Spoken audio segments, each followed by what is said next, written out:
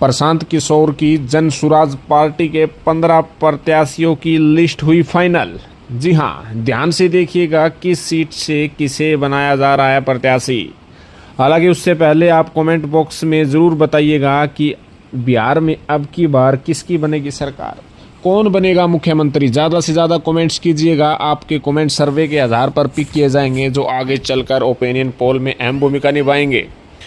आपको बता दें कि बिहार विधानसभा चुनाव के प्रत्याशियों की प्रक्रिया जन स्वराज पार्टी ने शुरू कर दी है और जिस प्रकार से जन स्वराज पार्टी ने प्रत्याशियों की चयन को लेकर एक नई दिशा अपनाई है, उससे लग रहा है कि जन स्वराज पार्टी अपने बहुत अच्छे कैंडिडेट मैदान में उतारेंगे। हालांकि जन स्वराज पार्टी ने कोई आधिकारिक रूप से कोई सूची जारी नहीं की है, लेकिन जो सूत्रों के हवाले से हमारे पास जानकारी मिली है 15 प्रत्याशियों की सूची, वो आपको जानकारी दे देते हैं। इसमें सबसे पहला प्रत्याशियों का नाम आ रहा है करारी विधानसभा सीट से। इसमें जन स्वराज की तरफ से प्रत्याशी का नाम किरण सिंह का नाम फाइनल बताया जा रहा है। हालांकि ये उपचुनाव हारी थी, हालांकि उपचुनाव में अच्छा खासा प्रभाव देखने को मिला था। किरण सिंह को फिर से करारी से टिकट देना सुनिश्चित जन स्वराज पार्टी की तरफ से है। अगली सीट है मधुबन। यहाँ से मनोज कुमार सिंह को टिकट मिलना तय है, लगभग फाइनल है। किसी प्रकार से कोई दिक्कत नहीं दिखाया गया है, यानी मधुबन से टिकट मनोज कुमार सिंह की है। चटपटिया विधानसभा सीट से मनीष कश्यप जो भारतीय जनता पार्टी को छोड़कर जन स्वराज पार्टी में शामिल हुए हैं, इन्होंने निर्दलीय चुनाव भी पिछली बार लड़ा था और 9000 वोट प्राप्त किए थे। यानी निर्दलीय चुनाव लड़कर भी 9000 वोट प्राप्त करना एक अपने आप में बड़ा संकेत है और जन स्वराज पार्टी मनीष कश्यप को चटपटिया विधानसभा सीट से टिकट देने जा रही है। जी हाँ, अगली विधानसभा सीट है जाहीहाट विधानसभा सीट। यहाँ से आपको बता दें कि परवेज़ मुशर्रफ को मैदान में उतारा जा रहा है, यानी प्रत्याशियों की सूची में इनका नाम लगभग फाइनल है परवेज़ मुशर्रफ का।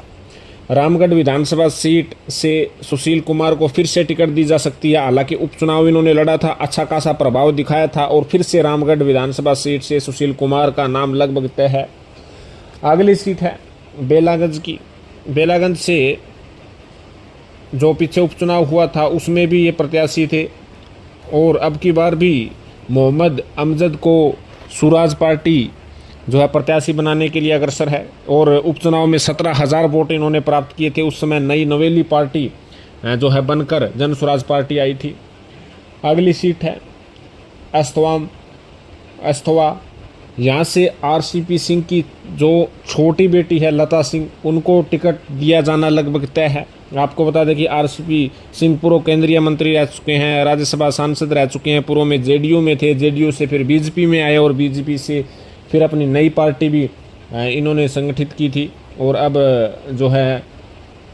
आरसीपी सिंह अपनी बेटी लता सिंह को अस्थावा में टिकट दिलवाने की कोशिश कर रहे हैं। नाम भी इनका फाइनल है। अगली सीट है बरारी विधानसभा सीट। बरारी से निरंजन कुमार झा का नाम लगभग फाइनल है। जी हाँ, निरंजन कुमार झा।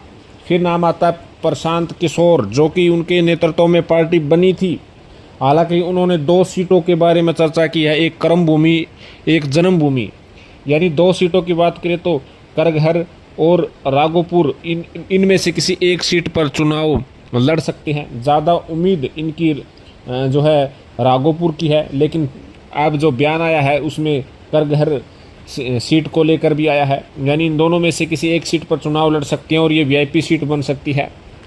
अगली सीट है, आपको बता दें कि करगहर सीट की बात करते हैं। अगर प्रशांत किशोर यहाँ से चुनाव नहीं लड़ते हैं तो रितेश पांडे जो जन स्वराज पार्टी के लिए गाना भी गाया था, उन्हें मैदान में करगहर सीट से उतारा जा सकता है। यानी अगर प्रशांत किशोर यहाँ से नहीं लड़ते हैं तो रितेश पांडे यहाँ से प्रत्याशी हो सकते हैं। अगला नाम है अक्षरा सिंह का, जो कि भोजपुरी नेत्री हैं और लोकसभा में भी उनका नाम चल रहा था कि वे चुनाव लड़ेगी, लेकिन कोई चुनाव नहीं लड़ा। बताया जा रहा है कि आरा लोकसभा के अंतर्गत आने वाली किसी भी विधानसभा सीट से अक्षरा सिंह मैदान में उतर सकती है। और इसी तरह जन स्वराज पार्टी के कार्यकारी अध्यक्ष रहे मनोज भारती का नाम भी शामिल है। मनोज भारती भी चुनावी मैदान में उतर सकते हैं, हालांकि अभी तक उनकी जो है विधानसभा सीट सुनिश्चित नहीं की गई है। अगला विधानसभा सीट है नाथनाग विधानसभा सीट। यहाँ से पिंटू कुमार गुप्ता का नाम लगभग फाइनल है, यानी पिंटू कुमार गुप्ता नाथनाग विधानसभा सीट से जो है चुनाव लड़ते हुए जन स्वराज पार्टी की तरफ से देखे जा सकते हैं। अगली सीट है समस्तीपुर। यहाँ से जन स्वराज पार्टी की तरफ से चेतना झाब का नाम लगभग फाइनल है। तो 15 के लगभग प्रत्याशियों की पहली सूची आपके सामने रखी है। हालांकि आधिकारिक सूची अभी तक पार्टी की तरफ से नहीं आई है। जैसे ही जन स्वराज पार्टी की तरफ से आधिकारिक सूची आएगी वो आपको बता देंगे, लेकिन जो सूत्रों के हवाले से जो हमें जानकारी मिली है उसके हवाले से हमने 15 सीटों पर प्रत्याशियों की सूची आपके सामने रखी। आपका क्या कहना है? बिहार में अब की बार प्रशांत किशोर कैसा प्रदर्शन करेंगे? क्या जन स्वराज पार्टी मैदान मारेगी? अब की बार बिहार में किसकी सरकार बनेगी? कमेंट्स अवश्य करें, चैनल को जरूर सब्सक्राइब करें। धन्यवाद।